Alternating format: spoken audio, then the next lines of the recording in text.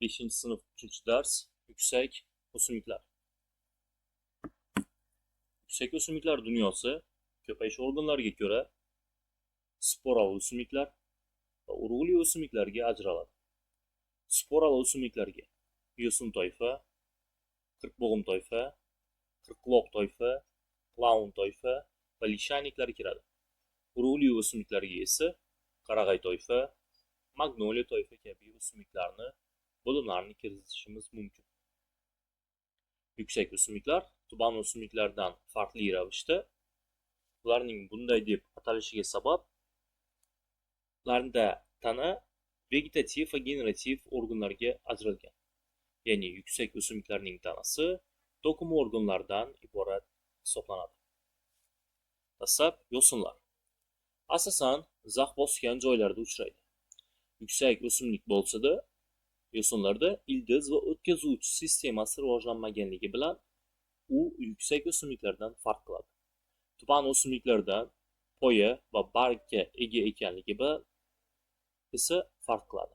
Ya'ni poya va bargga ega ekanligi bilan yo'sinlar yuksak o'simliklarga o'xshash hisoblanadi.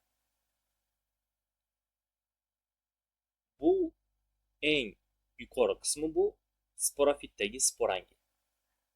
Bu esa sporangini tutib turuvchi generativ poya bilan bog'lab beruvchi, ya'ni gametofit poya bilan bog'lab beruvchi sporangi band hisoblanadi. Poya, barg va faqat substrat vazifasini bajaruvchi rizoidlar. Sporangi band va sporangi sporofit hisoblanadi. Poya, barg va rizoidlar esa gametofit hisoblanadi. Sporofit heterotrof, ya'ni gametofit hisobiga oziqlanadi va sporofit bo'g'ini yo'sinlarda retsessiv bo'g'in, ya'ni gametofit bo'g'indan keyin keladi. Sporofit bu jinsiz ko'payish hisoblanib, zigota hisobiga rivojlanadi.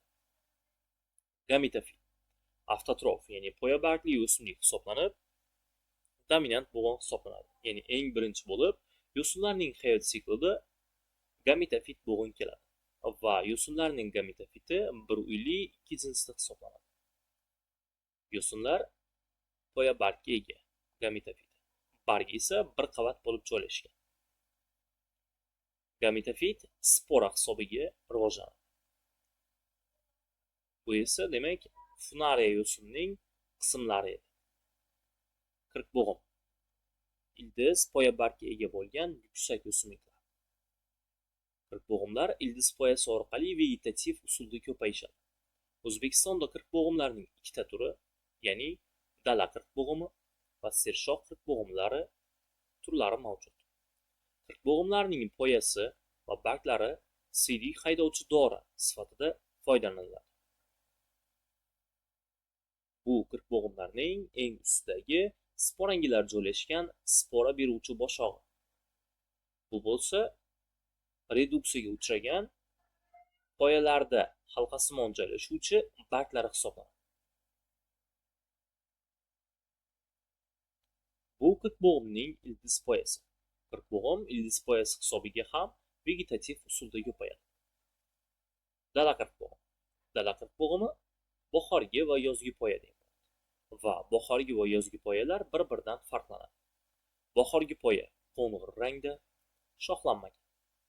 Generativ poya deb ataladi yoki yana bir nomi mevali poya. Ildiz poyaga ega bo'lib, bahorgi poya sporofit, ya'ni bahorgi poyada spora beruvchi boshoqlar mavjud hisoblanadi.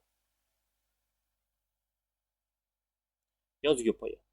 Yozgi poya yashil rangda bo'ladi, halqasimon shoxlangan. Va vegetativ poya, ya'ni mevasiz poya deb ham ataladi. Yozgi poya ham ildiz poyaga ega. Yozgi poya fotosintez hisobiga avtotrof usul bilan oziqlanadi. Qirqquloqlar poyasi, ya'ni poyadagi barglari keng nashtasimon shaklda bo'lib, qirqbog'imlar singari bular ham ildiz poyaga ega. Qirqquloqlarning qirqbog'imlardan asosiy farqi bu, albatta bularda spora beruvchi boshoqlar bo'lmaydi. Ularda spora beruvchi boshoqlar o'rniga barglarning ostki va chetki qismida joylashgan qo'ng'ir rangli bo'rtmalar, ya'ni saruslar mavjud. Saruslarda esa sporangilar, sporangilarda esa sporalar yetiladi. Bu xona o'simligi hisoblangan zuhrasoch qirqquloqi. Zuhrasoch qirqquloqining sporofiti. Bu poyasi, bu bo'lsa barglarning ostki qismidagi sarus va ularda joylashgan sporangilar.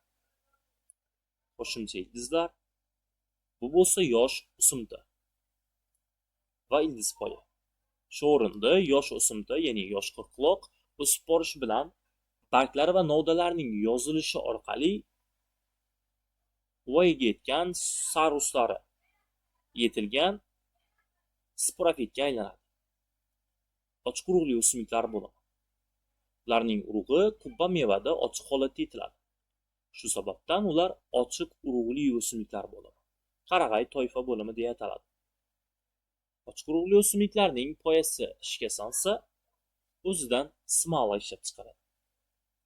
Smala havoda qotib, qahraboq toshiga aylanadi. Qahraboq toshi esa bu zeb-ziynat buyumi hisoblanadi. Ochiq urug'li o'simliklar bargidan fitonsid ishlab chiqaradi. Fitonsid esa havodagi bakteriyalarni ko'payishiga to'sqinlik qiladi. Natijada esa ochiq urug'li o'simliklarning bargidan fitonsid ishlab chiqarilganligi sababli ochiq urug'li o'simliklar nafas yo'llari kasalliklariga davo hisoblanadi. Qubba yoki g'udda. Bilamizki, qubba changchilik va urug'chilik qubbalar hisoblanadi. Changchilik qubbalarning chang donasida chang yetiladi.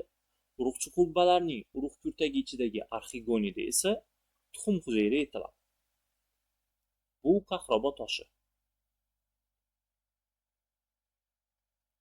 Endi archa va qarag'ay haqida gaplashamiz. Archa bo'yi 20 metr keladigan, bargi tangacha simon, sekin o'suvchi, ikki uyli bir jinsli o'simlik hisoblanadi. Qarag'ay esa bo'yi 30-40 metr keladigan, bargi ninasimon 5-7 sm, tez o'suvchi, bir uyli va bir jinsli o'simlik hisoblanadi. Qarag'ay bot kasalligiga, ya'ni revmatizm kasalligiga davo hisoblanadi. Bu archaning bargining tuzilishi, bu esa qarag'ay bargining tuzilishi hisoblanadi. Endi yopiq urug'li o'simliklar haqida gaplashamiz, ya'ni bu gulli o'simliklar yoki magnoliya toifa deb ataladi. O'simliklar olamidagi evolyutsion jihatdan eng yosh bo'lgan o'simliklar bo'limi bu yopiq urug'li o'simliklar hisoblanadi. Gulli o'simliklarning yer yuzida 250 mingdan ortiq bo'lgan turlari mavjud. Ya'ni yer yuzidagi barcha yuksak o'simliklarning teng yarmi gulli o'simliklar uchun tegishli. Ularning urug'i meva ichida yopiq holatda yetiladi. Shu sababdan ular yopiq urug'li o'simliklar bo'limi deya atalgan. Bu bo'lim ikkita sinfni o'z ichiga oladi. Urug' pallalar soniga ko'ra magnoliya simonlar, ya'ni 2 urug' pallalilar sinfi va lolot simonlar bir urug' pallalilar sinfi hisoblanadi. Ba'zi bir gulli o'simliklar haqida gaplashamiz. O'rik, bargi oddiy tuxum simon. Dastlab gul kurtaklarini, keyin barg kurtaklarini yozuvchi o'simlik hisoblanib, dastlabki mevasi dovutcha deb ataladi. Pishgan mevasi yurakni quvvatlantiradi va qonni suyultiradi. Mevasining mag'zida B guruh vitaminlari aqliy faoliyatni yaxshilaydi. Terak. Uzunligi 30-45 metr keladigan, bargi oddiy tuxum simon, avval gullab keyin barg yozuvchi o'simlik hisoblanadi. May oyida urug'chi tuplarda popukchali mevalar hosil bo'ladi. Terak chang va shovqinni yaxshi yutadi.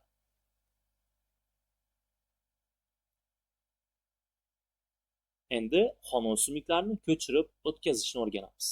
Avvalo tuvakka tuproq aralashmasini tayyorlab olamiz. Ya'ni 1/3 qismi tuproqdagi aralashma unumdor tuproq, 1/3 qismi bio'g'it, 1/3 qismi esa albatta torf bo'lishi mumkin. Tuproqda suv to'planib qolmasligi uchun tuproq aralashmasining eng tagiga keramzit yoki po'kak bo'laklari solinadi. Tuproq tuvak bo'g'izdan 1-2 sm pastda bo'lishi kerak. Ko'chirib o'tkazilgan yosh nodada kamida 3 ta barg bo'lishi kerak. Aks holatda ildiz ochishi qiyin bo'ladi. Yosh novda avval suv solinib qo'yiladi va ildiz ochishi uchun unga qulay sharoit yaratiladi. Ya'ni quyosh nuri novdaga tik tushmasligi kerak bo'ladi. Nodada ko'p suv bug'latmasligi uchun suvga solib qo'yilgan novdaning bargi bir qismi kesib qo'yiladi. Yangi ko'chirib o'tkazilgan ko'chat 3-4 kun salqin joyda saqlanadi. Dorivor va zaharli o'simliklar. Bizda eng birinchi dorivor va zaharli o'simliklardan biri bu albatta yalpiz. Yalpiz, ya'ni miyata. Dorivorligi dispoyali ko'p yillik o't hisoblanadi. Va uning dorivorligi bargi va poyasida mentol efir moylari bilan bog'liq. Bargi va poyasidagi mentol va efir moylar sababli yalpiz asabni tinchlantirish xususiyatiga ega. Balg'amni ko'chiradi va nafas yo'llari kasalliklarini oldini oladi. Bundan tashqari yalpiz jigar xastaliklarini davolashda qo'llaniladi. Yer ustki qismidan tayyorlangan damlama esa tish og'rig'i va milk yallig'lanishida davo hisoblanadi. Ikkinchi bizdagi dorivor o'simlik namatak. Shipovnik yovvoyi atirgul. Atirgulning yovvoyi turi bo'lib, hayit shakli buta hisoblanadi. Odamda quvvat kamayganda qaynatmasi, ya'ni mevasining qaynatmasi tavsiya etiladi. Mevasi odamning immunitetini oshiradi. Mevasi tarkibida C vitamin mavjud bo'lib, C vitamin sababli mevasi qonni suyultiradi, arterial bosimni tushiradi. Organizmdan mikroblarni chiqarib tashlashda yordam beradi. Uchinchi dorivor o'simlik isiriq. Bo'yi 30-60 cm keladigan ko'p yillik o't bo'lib, poyasi, urug'i asabni tinchlantirish xususiyatiga ega. Quritilib kuydirilsa, bosh og'rig'i yo'qoladi va kasalliklarning keng tarqalishi oldi olinadi. Urug'ining qaynatmasi nafas tishida va qaynatmasi bilan yuzi yurganda esa kataraktani oldini oladi. Isiriqdan tayyorlangan preparat dorilar uxlatuvchi xususiyatga ega bo'ladi. Shirin miya, ya'ni qizil miya. Ildiz poyali ko'p yillik o't hisoblanib, ildiz poyasidan tayyorlangan qaynatma quruq yotadi.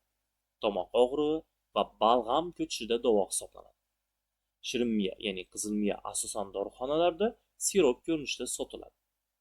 Yosh bolalarga shamollaganida ko'p tavsiya etiladi. Bizda keyingi 5-dorivor o'simlik xona o'simligi hisoblanib, bargi ser suv, ya'ni seret, sukkulent o'simlik hisoblanadi. 10 kun salqin joyda saqlanib qo'yiladi, keyinchalik dori sifatida qo'llash mumkin. Bargini qirg'ichdan o'tkazib, asal bilan qo'shib iste'mol qilinsa, shamollash, oshqozon ichak kasalliklariga davo hisoblanadi. Bizda zaharli o'simliklar. Eng birinchi zaharli o'simlik bu kanakunjut. Kanakunjut bo'yi 2-3 metr keladigan 1 yillik o't. Barglari panjasimon, palma singari tez o'suvchi manzarali o'simlik hisoblanadi. Urug' tarkibida zahar mavjud. Ya'ni kanakunjutning urug'lari zaharli. Va zaharlanish belgilari quyidagicha bo'lishi mumkin. Ich ketishi, ko'ngil aynishi va darmonsizlik. Kanakunjut ham zaharli va urug'i tarkibidagi 50-40% moy bo'lganligi uchun soch va teri parvarishida, kosmetikada foydalaniladi. Keyingi bangidevon, ya'ni bang. Bo'yi 1 metr keladigan, bargi oddiy, guli oqish vorinkasimon. O'simlikning barcha qismlari zaharli hisoblanadi. Mevasi tikanli ko'sak meva. Urug'i qoramtir, zaharli va urug'i asab tizimiga salbiy ta'sir ko'rsatadi. Yozda o'zidan o'tkir hid ajratadi va hididan zaharlanish belgilari quyidagicha: og'iz qurishi, yurak urishining tezlashishi, qo'l oyoq harakatining qiyinlashishi, mo'ljal olish qobiliyatining susayishi. Ayrim hollarda esa birdan kulib, birdan yig'lashi mumkin. Ya'ni bangi devonada motorik ish buziladi. Orientatsiya, ya'ni mo'ljal olish qobiliyati ishdan chiqadi va emotsional markaz birdan qo'zg'alishi hisobiga birdan kulib, birdan yig'lashi mumkin. Bizda keyingi zaharli o'simlik mingdevona. Mingdevona gul oqish yoki sarg'ish. Bargi oddiy mevasi tikanli bo'lgan barcha qismlari zaharli o'simlik hisoblanadi. 20-30 daqiqada zaharlanish belgilari quyidagicha bo'ladi. Og'iz qurishi, ko'z qorachig'ining kengayishi,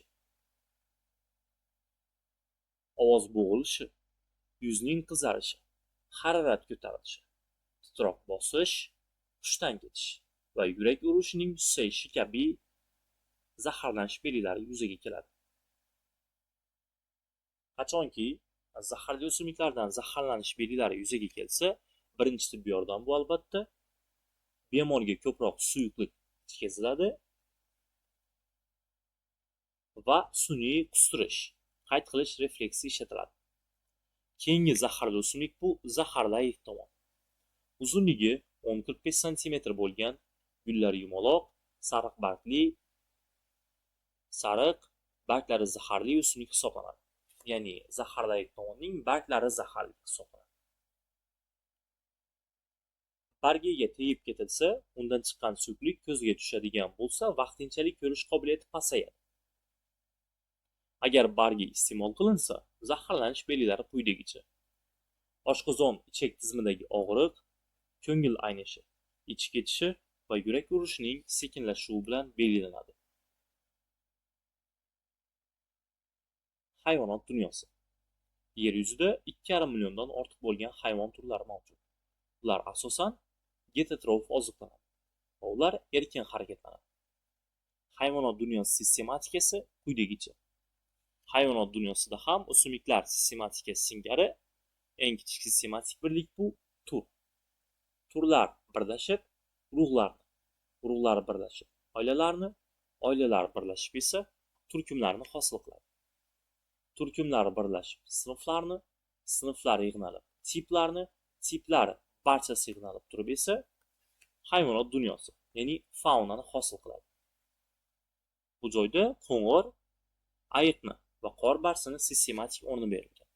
Qo'ng'ir ayiq sistematik o'rni tur, qo'ng'ir ayiq, urug' ayiqlar, oila ayiqlar, turkum, yirtqichlar turkumi, sinf, mammalia, ya'ni sut emizuvchilar sinfi, tip, xordalilar dunyosi esa hayvonot dunyosi hisoblanadi.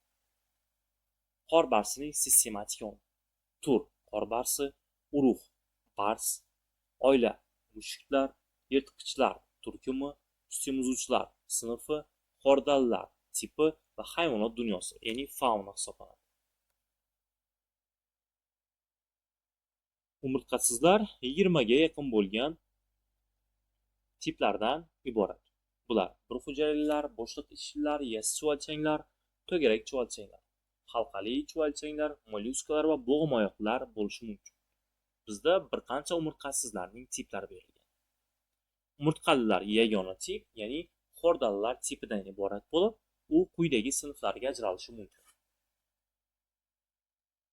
Lansetniklar, baliqlar, amfibiyalar, sudralib yuruvchilar, qushlar, sut emizuvchilar sinflariga ajraladi. Bir hujayralar tipi, ya'ni sodda hayvonlar tipi hisoblanib, ularning butun tanasida hayotiy jarayonlar bitta hujayrada amalga oshadi. Ular quyidagi sinflardan iborat. Asosan harakatlanish organoidiga ko'ra so'xtoyoqlar yordamida harakatlansa, sarkadalilar, so'xtoyoqlilar, oddiy amyoba, ichpurug' amyobasi, foraminiferalar. Nursimonlar, bular havasi so'xtoyoqlarga kiradi. Xipchinlilarga esa yakka holatda yashovchi Yashil Euglena va kolonial holatda yashovchi Volvoxni misol qilishimiz mumkin. Bundan tashqari parazit turlari ham mavjud. Bular tripanosoma va leishmaniya parazitlari hisoblanadi. Infuzariyalar. Infuzariyalar yana bir nomi kipriklilar sinfi bo'lib, ular kipriklar yordamida harakatlanadi. Ularga esa infuzariya tufelkasini misol qilishimiz mumkin. Sporalilar. Sporalilar sporalari yordamida passiv harakatlanadi va ularga bezgak plazmodoliyasi va nazemalarni misol qilamiz. Bo'shliq ichlilar tipi. Ularning tanasi bo'shliqdan iborat bo'lib, tana bo'shlig'i ichak vazifasini bajaradi va ular quyidagi sinflarga ajraladi. Bo'shliq ichlilar ko'p hujayralarning eng tubani. Ularda to'qim organlari rivojlanmagan. Bo'shliq ichlilar quyidagi sinflarga ajraladi. Gidroid poliplar, koral poliplar va sisifoid meduzalar. Gidroid poliplarga gidra, koral poliplarga esa yakka yashovchi aktiniya, koral riflarini misol qilishimiz mumkin. Koral riflari kolonial holatda yashaydi. Sisifoid meduzalarga ilzoz meduzasi, qutub va avroliya meduzalarini misol qilamiz. Barcha dengizlarda avroliya uchrab, uning yana bir nomi dengiz likopchasi deya ataladi. Yes chuvalchanglar tipi. Ularning ko'ndalang kismasi yes shaklda bo'lganligi uchun shunaqa nom bilan ataladi. Yes chuvalchanglar tipi 3 ta sinfdan. Tasmasimon va so'rg'ichli chuvalchanglar parazit sinflari va erkin yashovchi kipriklilar sinfidan iborat bo'ladi. So'rg'ichlilarga jigar qurti, tasmasimon chuvalchanglarga qoramol tasmasimon chuvalchangi, cho'chqa tasmasimon chuvalchangini misol qilishimiz mumkin. Kiprikli chuvalchanglarga esa oq planariyani misol qilamiz. Tasmasimon chuvalchanglarning tanasi tasma shaklida. So'rg'ichlarda esa maxsus ovqat hazm qilish sistemasida so'rg'ichlar yordamida parazitlik qilib hayot kechirishga yordam beruvchi so'rg'ichlar mavjud ekan. Kipriklilar. Ularning harakatlanishi terisidagi kiprikli epiteliy bilan bog'liq bo'lganligi uchun shunaqa nom bilan atalgan. To'garak chuvalchanglar tipi. Ularning ko'ndalang kismasi to'garak shaklida. Ular ikkita sinfga, askaridalar va nematodalar sinfiga ajraladi. Askarida, odam askaridasi, bolalar gijjasi, rishta kabi turlarni misol qilamiz. Nematodalarga esa bo'rtma nematodasini misol qilishimiz mumkin. To'garak chuvalchanglardan ayrim jinsizlik paydo bo'ladi va ularda jinsiy dimorfizmlar rivojlangan.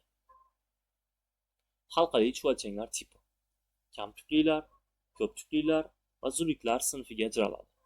Ko'p tuklilarga nerida va dengiz o'troq ko'p tuklisini misol qilamiz. Kam tuklilarga esa yomg'ir chuvalchang va qizil chuvalchangni misol qilamiz. Zuliklarga tibbiyot zuligini. Halqali chuvalchanglarning tanasi ko'plab halqalardan iborat bo'lib, shu sababdan ular halqali chuvalchanglar deya ataladi. Va ular tanadagi tuklar soni bilan bir-biridan farqlanadi va alohida sinflarga ajraladi.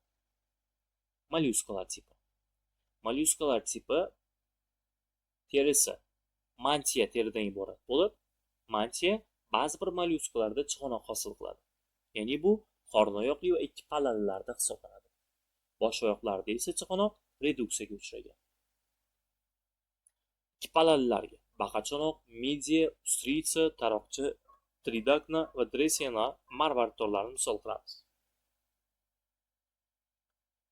Ikki pallalilarning chig'anog'i ustki tarafi organik modda, o'rta tarafi kalsiy karbonat, ya'ni ohak modda, ichki tarafi esa rang-barang tonlanuvchi marvariddan iborat bo'ladi. Ya'ni sadaf moddadan iborat bo'ladi. Qornoyoqlilar suv shillig'i, yonog'och shilliq, tok shillig'i, betiniya, tirik tug'ar shilliqlarini misol qilamiz. Bosh oyoqlarga esa kalmar karakatitsa va sakkizoyoq, ya'ni osminokni misol qilamiz. Bo'g'im oyoqlilar tipi. Ularning oyoqlari bo'g'imlarga bo'linganligi uchun shunaqa nom bilan ataladi va ular eng katta umurtqasizlar ichidagi tip hisoblanadi. Aniq qilib aytsak, bo'g'im oyoqlar tipidagi hasharotlar sinfi yer yuzidagi barcha turlarning teng yarmini hosil qiladi.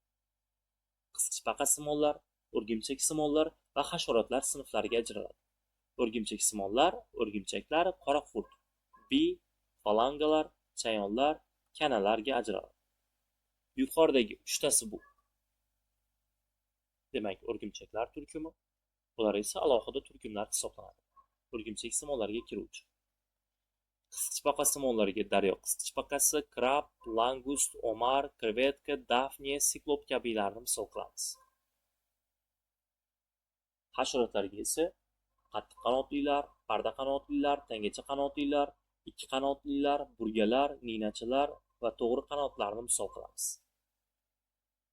Bundan tashqari qandalalar ham hasharotlarga kiradi. Hasharotlar sinfi rivojlanishiga ko'ra ikkiga ajraladi. Ya'ni chala o'zgarish bilan rivojlanuvchi hasharotlar va to'la o'zgarish bilan rivojlanuvchi hasharotlar hisoblanadi. Quyida chala o'zgarish bilan rivojlanuvchi hasharotlar turkumlari berilgan. Ninachilar, to'g'ri qanotlilar, qandalalar, bitlar va termitlar, ya'ni oq chumolilar hisoblanadi. To'la o'zgarish bilan rivojlanuvchi hasharotlar turkumlari qattiq qanotlilar, ya'ni qo'ng'izlar turkumi, parda qanotlilar, ya'ni kapalaklar, tangacha qanotlilar bizda bu kapalaklar turkumi hisoblanadi. Parda qanotlar esa bu asalari, qovog'ari, yaydoqchilar kiruvchi turkum hisoblanadi. Demak, parda qanotlilar va kapalaklar turkumi, ya'ni tangacha qanotlilar, ikki qanotlilar va burgalar, ularning hammasi to'la o'zgarish bilan rivojlanuvchi hasharotlar hisoblanadi. Chala o'zgarish bilan rivojlanuvchi hasharotlarning hayoti 3 ta sikldan: tuxum, lichinka va adult, ya'ni voyaga yetgan organizmdan iborat. To'la o'zgarish bilan rivojlanuvchi hasharotlarda esa 4 ta sikldan: tuxum, lichinka, g'umbak va adultdan iborat.